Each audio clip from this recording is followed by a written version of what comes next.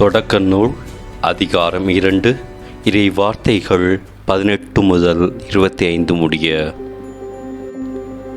இன்றைய முதல் வாசகத்தில் நாம் பார்ப்பது, கடவுள் நம் அனைவரையும் அன்புடனும் நட்புடனும் வாழ படைத்தார்.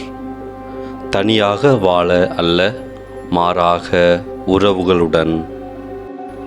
ஒவ்வொரு நாளும் நம் வாழ்வில் உள்ளவர்களை போற்றி அவர்களை கருணையுடனும் அக்கறையுடனும் நடத்த வேண்டும்.